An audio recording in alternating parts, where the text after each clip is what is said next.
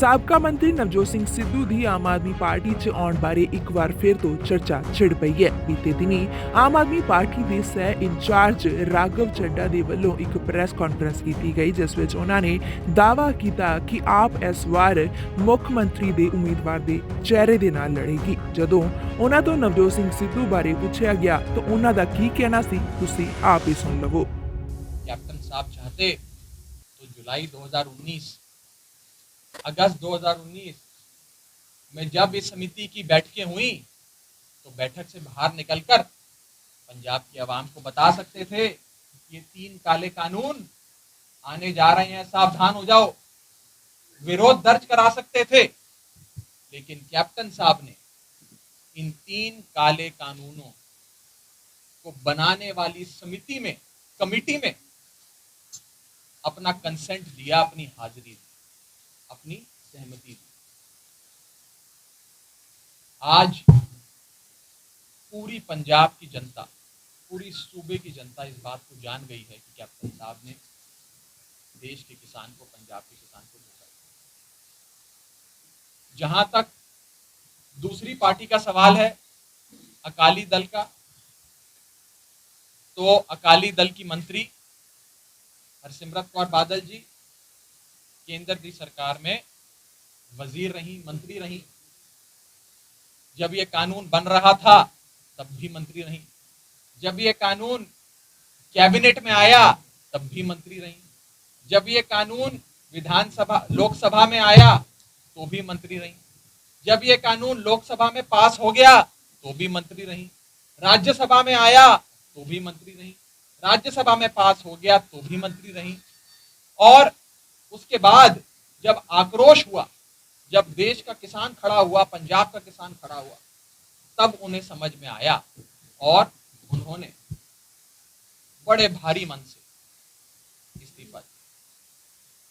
मुझे लगता है, मेरी ज्यादा समझ नहीं है, ज्यादा इतना अनुभव नहीं है, लेकिन मुझे नहीं लगता कि आजाद भारत के इतिहास में, इन the history of independent India, ऐसी कोई पार्टी रही होगी जिससे सूबे की जनता इतनी नफरत करे।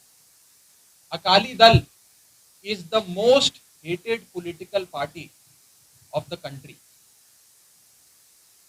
It is the most hated political party in the history of independent India. आजाद भारत के इतिहास में सबसे ज्यादा नफरत किसी एक राजनीतिक दल से अगर हो तो वो अकाली दल है। मुझे लगता है आने वाले समय में मल्टीपल चॉइस क्वेश्चन आएगा एग्जाम में कि कौन सी वो पार्टी है जिससे जनता को सबसे ज्यादा नफरत है, जिसका सही जवाब होगा ऑप्शन ए, अकाली दल।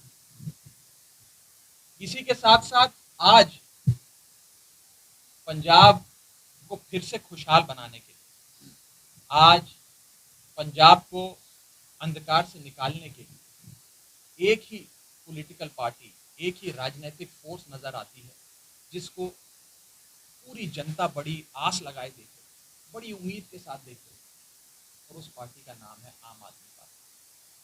पंजाब के लोगों का और दिल्ली के लोगों का बहुत गहरा रिश्ता है।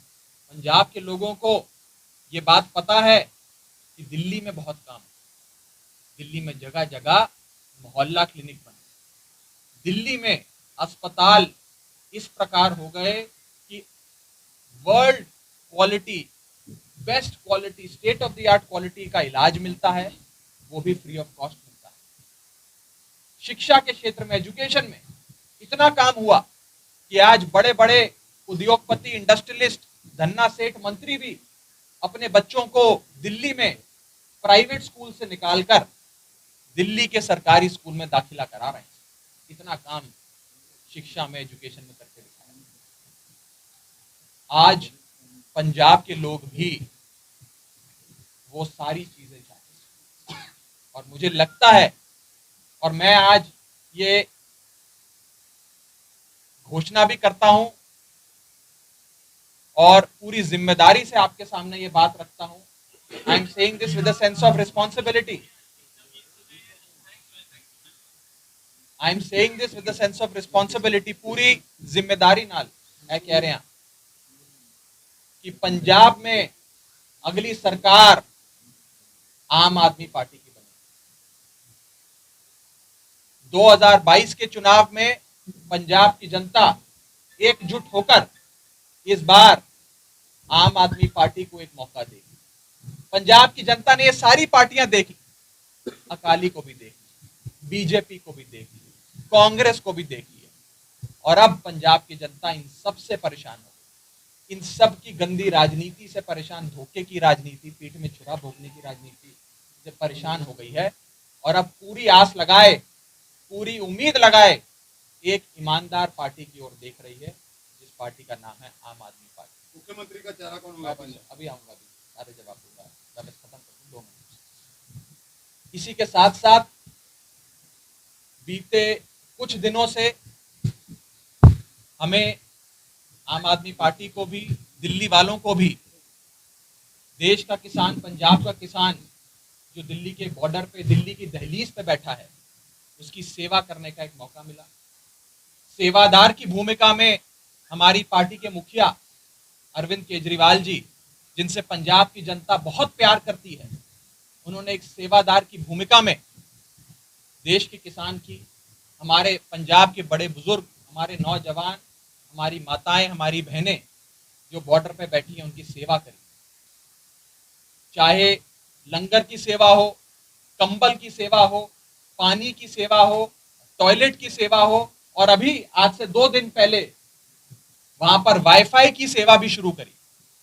वहां पर नेटवर्क की बहुत समस्या थी, सिग्नल की समस्या थी, और किसानों ने अपनी बात हम तक पहुंचाई, और केजरीवाल साहब ने वहां पर फ्री वाईफाई हॉटस्पॉट पूरे सिंगू बॉर्डर पे लगवा दी, टीकरी बॉर्डर पे लगवाना शुरू कर। एक सेवा करने का सौभाग्य हम सबको मिला, और यदि पंजाब के किसान को जितनी तकलीफ हो रही है वहां बैठ के, उसकी तकलीफ को अगर हम राई मात्र भी कम कर सकें, इतना सा भी कम कर सकें, तो हम अपने आप को सफल समझेंगे। हम पे हमले हुए, मैं आपको बताना चाहता हूं, जब से केजरीवाल साहब ने दिल्ली में देश के किसान और पंजाब के किसान को बंद करने के लिए 9 जेल बनाने की बीजेपी की जो प्रपोजल था, मसौदा था, उसको फाड़ के फेंक दिया, उसी दिन से हम पे हमले शुरू हो गए। सूबे के मुख्यमंत्री अरविंद केजरीवाल जी को 2 दिन के लिए भाजपा वालों ने नजरबंद कर दिया। दिल्ली के उप मुख्यमंत्री मनीष सिसोदिया के घर पे कई 100 भाजपा के गुंडे दिन दहाड़े उनके घर में घुसते हैं। उनकी बीवी, उनका बच्चा घर में मौजूद था, और वहां जाकर उधम मचाते हैं, तोड़ फोड़ करते हैं। उसके बाद मेरे कार्यालय में आकर भाजपा के गुंडों ने हमला किया, मेरा पूरा कार्यालय तोड़ डाला। क्यों? हमारा क्या अपराध था? भाजपा की नजरों में हमारा यह अपराध है कि हम देश के किसान की सेवा कर रहे हैं, कि केजरीवाल साहब ने ये 3 काले कानून फाड़ के फेंक दिए, इसलिए आज हमें टारगेट किया जा रहा है। लेकिन हमें भी हमारे मुखिया अरविंद केजरीवाल जी ने एक बात समझा दी है, बता दी है, कि मरते दम तक, आखिरी सांस तक देश के किसान की लड़ाई लड़नी है। उनके इस इनकलाब की आवाज को जितना बुलंद कर सकते हैं हम अपनी तरफ से, उसको उतना बुलंद करेंगे। इसी के साथ साथ मैं आज की जो मेरी महत्वपूर्ण घोषणा कहिए, अनाउंसमेंट कहिए, मेरा विश्वास कहिए, मुझे ऐसा लगता है कि 2022 में आम आदमी पार्टी की पूर्ण बहुमत की, फुल मेजॉरिटी की सरकार पंजाब में बने। इस संदर्भ में किसी भी साथी का कोई सवाल हो तो आप मुख्यमंत्री का चेहरा कौन होगा पंजाब में? मुख्यमंत्री का चेहरा आम आदमी पार्टी की ओर से, और सूबे का अगला मुख्यमंत्री जो होगा उसका नाम पार्टी बहुत जल्द आपको बताएगी भी।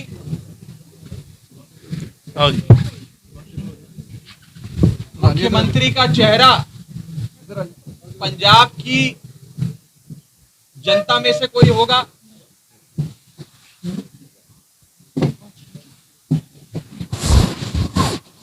आ जाओ यार।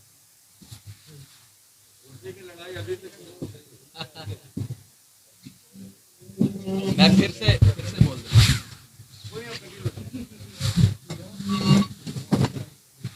मुख्यमंत्री का चेहरा पंजाब से होगा। मुख्यमंत्री का चेहरा ऐसा होगा जिसे पंजाब की जनता, जिसपे पंजाब की जनता को नाज हो, जिसे पंजाब की जनता सर आंखों पे भी बिठाएगी, उसे प्यार भी करेगी, और वो पंजाब की आन बान और शान होगा। मैं आपके समय आने साथ बात चल रही है, लेकिन आप ज्यादा बता सकते हैं बेहतर के क्या कारण है अभी, क्या क्योंकि अभी वो कांग्रेस में है, एमएलए है, लेकिन पार्टी से नाराज चल रहे हैं, उसके बारे में क्या आपका, देखिए, पार्टी कंसीडर कर रही है, मैं क्या उनसे संपर्क की कोशिश? ये हमसे कई बार सवाल पूछा जाता है कि क्या हम नवजोत सिंह सिद्धू जी को अपनी पार्टी में लाएंगे। मैं आपसे ये पूछता हूँ, क्या वो हमारी पार्टी में आना चाह रहे हैं? ये सवाल तो आप उनसे पूछिए। हमारे हाँ या ना कहने की बात तो तब आती है जब वो ये बता दें। पिछली बार क्या हुआ था, क्यों नहीं आए, ये बता दें। देखिए, मेरा ऐसा मानना है, और मैं किसी व्यक्ति विशेष, यहाँ से मेरे ख्याल में 300 मीटर दूर है घर। नहीं, मैं आपसे, मैं यही बोलने वाला था, मैं यही बोलना चाह चले रहा हम था। आपसे पूछते वो सवाल हाँ। जो सरकार बनाती है, वो सरकार बनाती है कानून, चाहे प्रधानमंत्री हो चाहे सीएम हो, तो आपने जो कानून लागू किया था उस पर मैं आज पहले ये खत्म कर दूं, फिर मैं इसका जवाब दूं। मैं ये सवाल का जवाब देना चाहता हूँ।